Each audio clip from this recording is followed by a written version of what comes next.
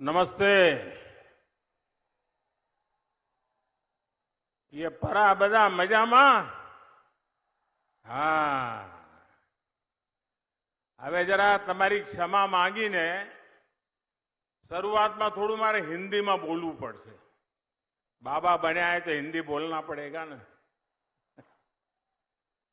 કારણ કે આ મીડિયાવાળા મિત્રોની વિનંતી હતી કે સાહેબ હિન્દીમાં બોલો તો સારું. તો મને થયું કે બધું તો નહીં પણ થોડું ઘણું જરા એમને હાચવી લઈએ.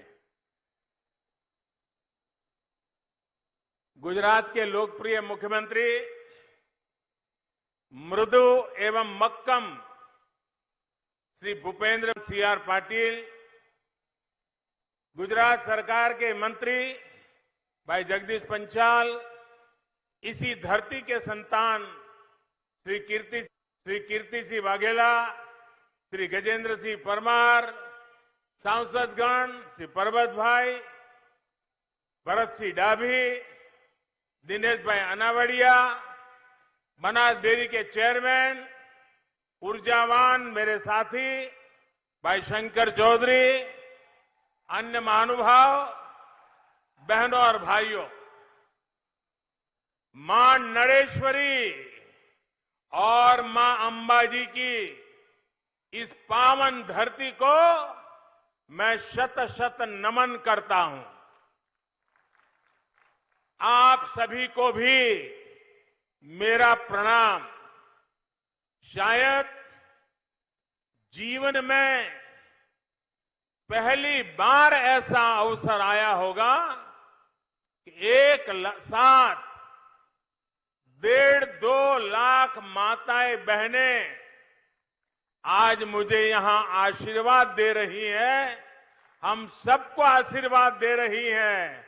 और जब आप ओवारना ले रही थी तब मैं अपने मन के भाव को रोक नहीं पाता था. आपके आशीर्वाद, मां जगदम्बा की भूमि की माताओं के आशीर्वाद मेरे लिए एक अनमोल आशीर्वाद है, अनमोल शक्ति का केंद्र है, अनमोल ऊर्जा का केंद्र है. मैं बनास की सभी माताओं बहनों को आदरपूर्वक नमन करता हूं. भाइयों और बहनों, बीते 1-2 घंटे में मैं यहां अलग अलग जगहों पर गया हूं. डेयरी सेक्टर से जुड़ी सरकारी योजनाओं की लाभार्थी पशुपालक बहनों से भी मेरी बड़ी विस्तार से बातचीत हुई है. ये जो नया संकुल बना है, पोटैटो प्रोसेसिंग प्लांट है, वहां भी विजिट करने का अवसर मुझे मिला. इस पूरे समय के दौरान जो कुछ भी मैंने देखा, जो चर्चा हुई, जो जानकारियां मुझे दी गई है, उससे मैं बहुत ही प्रभावित हूं. और मैं डेयरी के सभी साथियों को और आप सबको हृदय से बहुत बहुत बधाई देता हूं. भारत में गांव की अर्थव्यवस्थाओं को, माताओं बहनों के सशक्तिकरण को कैसे बल दिया जा सकता है, कोऑपरेटिव मूवमेंट यानी सहकार कैसे आत्मनिर्भर भारत के अभियान को ताकत दे सकता है, ये सब कुछ यहां प्रत्यक्ष अनुभव किया जा सकता है. कुछ महीने पहले मुझे अपने संसदीय क्षेत्र वाराणसी में बनास काशी संकुल का शिलान्यास करने का अवसर मिला था. मैं बनास डेयरी का हृदय से आभार व्यक्त करता हूं कि काशी के मेरे क्षेत्र में आकर के भी वहां के किसानों की सेवा करने का, पशुपालकों की सेवा करने का गुजरात की धरती से बनास डेयरी ने संकल्प किया और अब मूर्त रूप दिया जा रहा है. मैं इसके लिए काशी के सांसद के नाते मैं आप सबका कर्जदार हूं, मैं आप सबका ऋणी हूं. और इसलिए मैं विशेष रूप से बनास डेयरी को हृदय से धन्यवाद करता हूं। आज यहां बनास डेयरी संकुल के लोकार्पण का कार्यक्रम का हिस्सा बनकर मेरी खुशी अनेक गुना बढ़ गई है। भाइयों और बहनों, आज यहां जो भी लोकार्पण और शिलान्यास किए गए हैं वो हमारी पारंपरिक ताकत के से भविष्य के निर्माण के उत्तम उदाहरण है। बनास डेयरी संकुल, चीज और वे प्लांट, ये सभी तो डेयरी सेक्टर के विस्तार से अहम है ही। बनास डेयरी ने ये भी सिद्ध किया है कि स्थानीय किसानों की आय बढ़ाने के लिए दूसरे संसाधनों का भी उपयोग किया जा सकता है। अब बताइए, आलू और दूध का कोई लेना देना है क्या? कोई मेलजोल है क्या? लेकिन बनास डेयरी ने ये रिश्ता भी जोड़ दिया। दूध, छाछ, दही, पनीर, आइसक्रीम के साथ ही aloo tikki, aloo wedge, French fries, hash brown, burger patties जैसे उत्पादों को भी बनास डेयरी ने किसानों का सामर्थ्य बना दिया है। ये भारत के लोकल को ग्लोबल बनाने की दिशा में भी एक अच्छा कदम है। साथियों, बनासकांठा जैसे कम वर्षा वाले जिले की ताकत कांकरेज गाय, मैसानी भैंस और यहां के आलू से कैसे किसानों की तकदीर बदल सकती है, ये मॉडल आज बनासकांठा में हम देख सकते हैं। बनास डेयरी तो किसानों को आलू का उत्तम बीज भी उपलब्ध कराती है और आलू के बेहतर दाम भी देती है। इससे आलू किसानों की करोड़ों रुपये कमाई का एक नया क्षेत्र खुल गया है। और ये सिर्फ आलू तक सीमित नहीं है। मैंने लगातार स्वीट रिवॉल्यूशन की बात की है। शहद से किसानों को अतिरिक्त आय से जोड़ने का आह्वान किया है। इसको भी बनास डेयरी ने पूरी गंभीरता से अपनाया है। मुझे ये जानकर भी अच्छा लगा कि बनासकांठा की एक और ताकत यहां की मूंगफली और सरसों को लेकर भी डेयरी ने बड़ी शानदार योजना बनाई है। खाद्य तेल में आत्मनिर्भरता के लिए जो अभियान सरकार चला रही है, उसको बल देने के लिए आपकी संस्था तेल संयंत्र भी लगा रही है। ये तिलहन किसानों के लिए बहुत बड़ा प्रोत्साहन है। भाइयों और बहनों, आज यहां एक बायो सीएनजी प्लांट का लोकार्पण किया गया है और 4 गोबर गैस प्लांट का शिलान्यास हुआ है। ऐसे अनेक प्लांट्स बनास डेयरी देश भर में लगाने जा रही है। ये कचरे से कंचन के सरकार के अभियान को मदद करने वाले हैं। गोबर धन के माध्यम से एक साथ कई लक्ष्य हासिल हो रहे हैं। एक तो इससे गांवों में स्वच्छता को बल मिल रहा है, दूसरा इससे पशुपालकों को गोबर का भी पैसा मिल रहा है, तीसरा गोबर से बायो सीएनजी और बिजली जैसे उत्पाद तैयार हो रहे हैं, और चौथा इस पूरी प्रक्रिया में जो जैविक खाद मिलता है उससे किसानों को बहुत मदद मिलेगी और हमारी धरती मां को बचाने में भी हम एक कदम आगे बढ़ेंगे। इस प्रकार के प्रयास जब बनास डेयरी के माध्यम से पूरे देश में पहुंचेंगे तो निश्चित रूप से हमारी ग्रामीण अर्थव्यवस्था मजबूत होगी, गांव मजबूत होंगे, हमारी बहनें बेटियां सशक्त होगी। साथियों, गुजरात आज सफलता की जिस ऊंचाई पर है, विकास की जिस ऊंचाई पर है वो हर गुजराती को गर्व से भर देता है। इसका अनुभव मैंने कल गांधीनगर के विद्या समीक्षा केंद्र में भी किया।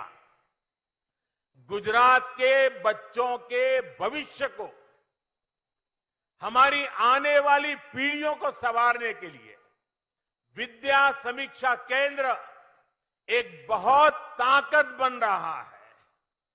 हमारी सरकारी प्राथमिक शाला उसके लिए इतनी बड़ी टेक्नोलॉजी का उपयोग ये दुनिया के लिए एक अजूबा है।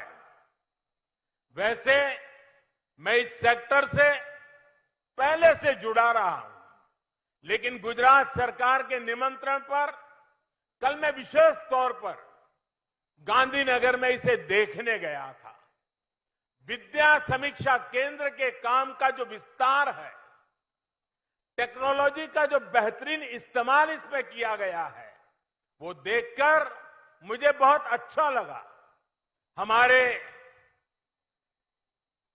लोकप्रिय मुख्यमंत्री श्री भूपेंद्र भाई के नेतृत्व में ये विद्या समीक्षा केंद्र पूरे देश को दिशा दिखाने वाला सेंटर बन गया है।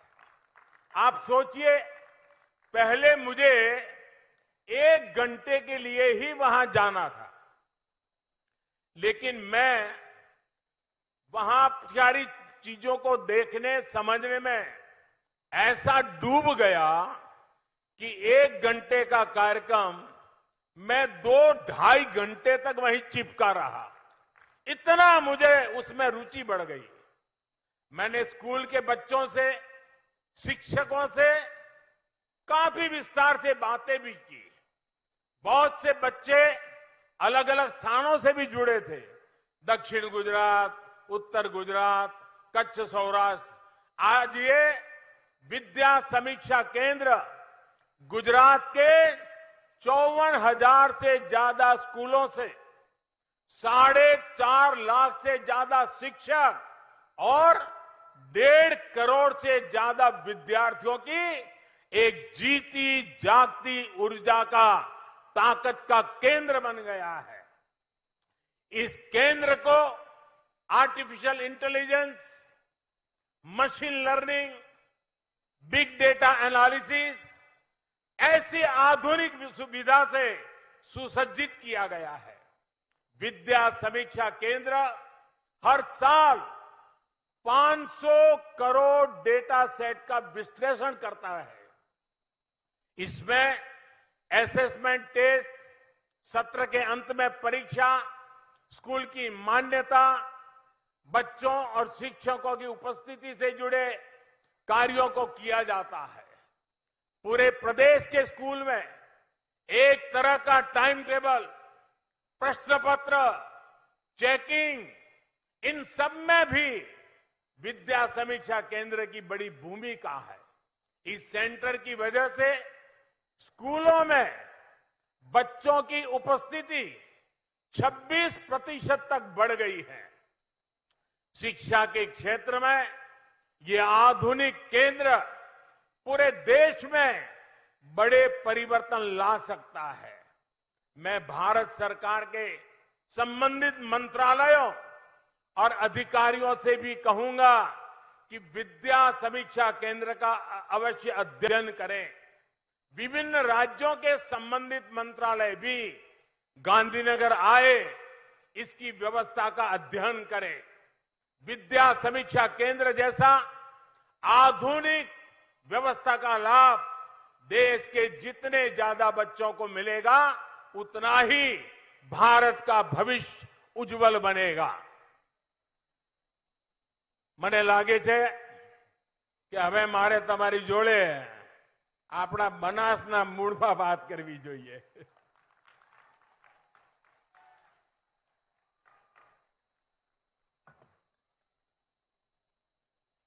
સૌથી પહેલા તો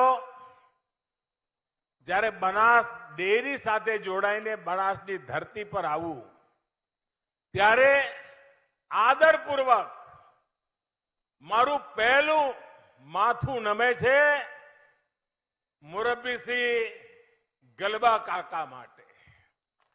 અને આજે હું 60 વર્ષ પહેલા ખેડૂતના દીકરા ગલબા કાકાએ જે સપનું જોયું એ આજે વિરાટ વટવૃક્ષ બની ગયું અને બનાસકાંઠાના ઘેર ઘેર એણે એક નવી આર્થિક શક્તિ પેદા કરી દીધી.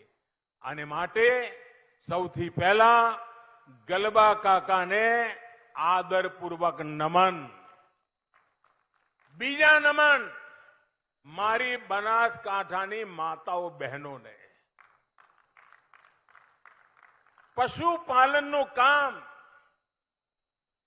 મેં જોયું છે કે મારી બનાસકાંઠાની માતાઓ બહેનો ઘરમાં જેમ સંતાનને સાચવે એના કરતા એ વધારે લાગણીથી એના પશુને સાચવે છે. પશુને ચારો ન મળ્યો હોય, પાણી ન મળ્યું હોય તો મારી બનાસકાંઠાની માતાઓ બહેનો પોતે પાણી પીતા અચકાતી હોય છે. ક્યાંક લગ્ન માટે, વ્યાર તહેવાર માટે ઘર છોડીને એક રાત બહાર જવાનું હોય તો બનાસની મારી માતાઓ બહેનો સગાવાલામાં લગ્ન છોડી દે પણ પશુને એકલા છોડીને ન જાય. આ ત્યાગ અને તપસ્યા છે. અને એટલા માટે આ માતાઓ બહેનોની તપસ્યાનું પરિણામ છે કે આજે બનાસ ડેરી ફલી ફૂલી છે. અને માટે મારા બીજા નમન મારી આ બનાસકાંઠાની માતાઓ બહેનોના ચરણોમાં છે. આદરપૂર્વક એમને પ્રણામ કરું છું. કોરોનાના કાલખંડમાં પણ બનાસ ડેરી એક મહત્વનું કામ કર્યું. ગલબા કાકાના નામ પર મેડિકલ કોલેજ બનાવી અને હવે આ મારી બનાસ ડેરી બટાકાની ચિંતા કરે, પશુની ચિંતા કરે, દૂધની ચિંતા કરે, ગોબરની ચિંતા કરે, મધની ચિંતા કરે, ઉર્જા કેન્દ્ર ચલાવે અને હવે બાળકોના શિક્ષણની પણ ચિંતા કરે. એક પ્રકારે બનાસ ડેરી, બનાસકાંઠાની આ કોઓપરેટિવ મુવમેન્ટ આખાએ બનાસકાંઠાના ઉજ્જવલ ભવિષ્યનું એક જબરજસ્ત ગતિશીલ કેન્દ્ર બની ગયું છે. અને એના માટે પણ એક દીર્ઘદ્રષ્ટા વ્યવસ્થા જોઈએ. અને ગયા 7-8 વર્ષમાં જે રીતે ડેરીનો વિસ્તાર થયો છે અને મારો તો આમાં શ્રદ્ધા રહી હોવાના કારણે આમાં મારાથી જે બનતું હોય, મુખ્યમંત્રી હતો ત્યારે ખડે પગે ઉભો રહેતો હતો અને હવે તમે મને દિલ્હી મોકલ્યો તો મેં તમને નથી છોડ્યા. તમારી સાથે રહીને તમારા સુખ દુઃખમાં ઉભો રહ્યો છું. આજે બનાસ ડેરી ઉત્તર પ્રદેશ, હરિયાણા, રાજસ્થાન, છેક ઓડિશામાં સોમનાથની ધરતીથી જગન્નાથની ધરતી સુધી, આંધ્રપ્રદેશ, ઝારખંડ એમના પશુપાલકો માટે પણ એનો વધુને વધુ લાભ આપવાનું કામ કરી રહી છે. આજે વિશ્વના સૌથી મોટા દૂધ ઉત્પાદક દેશ આપણો ભારત, કરોડો કિસાનોની આજીવિકા જ્યારે દૂધથી ચાલતી હોય ત્યારે એક સાલમાં લગભગ ઘણીવાર આંકડા જોઈને કેટલાક લોકો, મોટા મોટા અર્થશાસ્ત્રીઓ પણ આની તરફ ધ્યાન નથી આપતા. આપણા દેશમાં વર્ષે 8.5 લાખ કરોડ રૂપિયાનું દૂધ ઉત્પાદન થાય છે. ગામડામાં ડિસેન્ટ્રલાઇઝ ઇકોનોમિક સિસ્ટમ આ એનો નમૂનો છે. એની સામે ઘઉં અને ચોખાનું ઉત્પાદન એનું ટર્નઓવર પણ 8.5 લાખ કરોડ નથી. એના કરતા વધારે દૂધનું છે. અને ડેરી સેક્ટર એનો સૌથી વધારે લાભ નાના ખેડૂતને મળે છે. 2 વીઘા, 3 વીઘા, 5 વીઘા જમીન હોય, વરસાદનું નામો નિશાન ના હોય, પાણીનો અભાવ હોય, ત્યારે અમારા ખેડૂત ભાઈ દીકરા માટે જીવન દોયલું થઈ જાય ત્યારે પશુપાલન કરીને પરિવારનું પેટ ભરતો હોય છે. આ ડેરીએ નાના ખેડૂતોની મોટી ચિંતા કરી છે અને નાના ખેડૂતોની મોટી ચિંતા એ સંસ્કાર લઈને હું દિલ્હી ગયો તો દિલ્હીમાં પણ મેં આખા દેશના નાના કિસાનોની મોટી મોટી જવાબદારીઓ માથે લેવાનું મેં કામ કર્યું અને આજે વર્ષમાં 3 વાર 2,000 રૂપિયા આ ખેડૂતોના ખાતામાં સીધા મોકલી આપું છું. પહેલાના પ્રધાનમંત્રીઓ કહેતા હતા કે દિલ્હીથી રૂપિયો નીકળે તો 15 પૈસા પહોંચે. આ પ્રધાનમંત્રી એમ કહે છે કે દિલ્હીથી રૂપિયો નીકળે તો 100 પૈસા એ જેના ઘેર પહોંચવા જોઈએ એના ઘેર પહોંચતા હોય છે અને ખેડૂતને ખાતામાં જમા થતા હોય છે.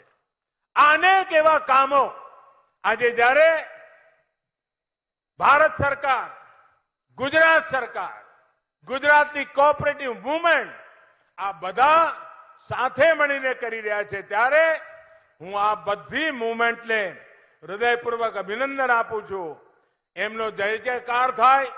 હમણાં ભૂપેન્દ્રભાઈએ બહુ લાગણીપૂર્વક એક વાત કરી પ્રાકૃતિક ખેતીની. બનાસકાંઠા એક બાત જો સમજી લે તો બનાસકાંઠા કોઈ દી એ વાતને છોડે નહીં, એ મારો અનુભવ છે. શરૂઆતમાં મહેનત પડે. મને યાદ છે વીજળી છોડો કહીને હું થાકી ગયો અને બનાસના લોકોને થતું કે આ મોદીને કે સમજણ નથી પડતી અને અમને કહે છે કે વીજળીમાંથી બહાર આવો અને મારો વિરોધ કરતા હતા. પણ જ્યારે બનાસના ખેડૂતો સમજ્યા અને મારા કરતા પણ 10 કદમ આગળ ગયા અને પાણી બચાવવાનું મોટું અભિયાન ઉપાડ્યું, ટપક સિંચાઈનો સ્વીકાર કર્યો અને આજે બનાસ ખેતીના ક્ષેત્રમાં ક્રાંતિકારી બદલાવ લાવવાનું કામ આજે મારું બનાસકાંઠા કરી રહ્યું છે. મને પૂરો વિશ્વાસ છે કે માં નર્મદા જ્યારે બનાસને મળવા આવી છે ત્યારે આ પાણીને પરમેશ્વરનો પ્રસાદ માનીએ, આ પાણીને પારસ માનીએ અને આ વખતે આઝાદીનો અમૃતકાળ, આઝાદીનો અમૃત મહોત્સવ છે. આઝાદીના 75 વર્ષ થયા છે. મારી બનાસ જિલ્લાને વિનંતી છે કે 75 એવડા મોટા તળાવ બનાવીએ. બનાસની આ સૂકી ભટ્ટ જમીનમાં જ્યાં તણખલું પણ ન થતું હોય એવી ધરતી આપણે ત્યાં પડી છે. 75 એવડા મોટા તળાવ બનાવીએ અને 1 કે 2 વરસાદ આવે તો પણ પાણી ધડાધડ ત્યાં બહીને જતું રહે એવી વ્યવસ્થા કરીએ અને જો પાણી આ તળાવ ભરવાનું ચાલુ કરીશું તો મારો પૂરો વિશ્વાસ છે આ ધરતી પણ અમૃતમય બની જશે. અને એટલા માટે મારી અપેક્ષા છે કે આ જૂન મહિના પહેલા, વરસાદ આવે પહેલા આગામી 2-3 મહિનામાં જબરદસ્ત અભિયાન ઉપાડીએ અને 2023 15મી ઓગસ્ટ આ આઝાદીના અમૃત મહોત્સવ સમયમાં જ આ 1 વર્ષમાં એકલા બનાસ જિલ્લામાં ઓછામાં ઓછા 75 મોટા તળાવ બનાવીએ અને પાણીથી લબાલબ ભરીએ તો આજે જે પાણીની મોટી નાની તકલીફો પડે છે એમાં આપણે બહાર આવી જઈશું. અને હું તમારો અનન્ય સાથી છું. જેમ ખેતરમાં એક સાથી આપણું કામ કરે ને એમ હું તમારો સાથી છું અને એટલે તમારા સાથી તરીકે તમારી જોડે પડખે ઉભો રહીને કામ કરવા માંગુ છું. હવે તો આપણા નડાબેટમાં ટુરિઝમનું કેન્દ્ર બની ગયું. ભારતના બોર્ડર જિલ્લાઓનો વિકાસ કેમ થાય, ભારતની બોર્ડરને કેવી રીતે જીવંત બનાવાય એનું ઉદાહરણ ગુજરાતે પૂરું પાડ્યું છે. કચ્છની સીમા પર રણોત્સવ આખા કચ્છના સરહદને ત્યાં વસતા ગામોને આર્થિક રીતે ધમધમતા કરી દીધા. હવે નળાબેટ એનું જે સીમા દર્શનનો કાર્યક્રમ શરૂ થયો છે એના કારણે અમારા બનાસ અને પાટણ જિલ્લાની સરહદોના છેવાડાના ગામો માટે પણ આ ટુરિઝમના કારણે આ ગામડા ધમધમતા થવાના છે. દૂર સુદૂર ગામડામાં રોજી રોટીના અવસર પેદા થવાના છે. વિકાસ માટેના કેટલા બધા માર્ગ હોઈ શકે. પ્રાકૃતિક ગોદમાં ઉભા રહીને કઠિનમાં કઠિન પરિસ્થિતિમાં કેવી રીતે પરિવર્તન લાવી શકાય એનું આ ઉત્તમ ઉદાહરણ આપણી સામે છે. ત્યારે હું બનાસના નાગરિકોને, ગુજરાતના નાગરિકોને અને એક પ્રકારે દેશના નાગરિકોને આ અણમોલ રત્નો આજે એમના ચરણોમાં ધરી રહ્યો છું. અને આ અવસર માટે બનાસ ડેરીએ મને પસંદ કર્યો એ બદલ હું બનાસ ડેરીનો પણ આભાર માનું છું. મારી સાથે બંને હાથ ઉપર કરીને જોરથી બોલીશું, ભારત માતા કી. અવાજ જોરદાર જોઈએ હો આપણો. ભારત માતા કી, ભારત માતા કી. ખૂબ ખૂબ ધન્યવાદ.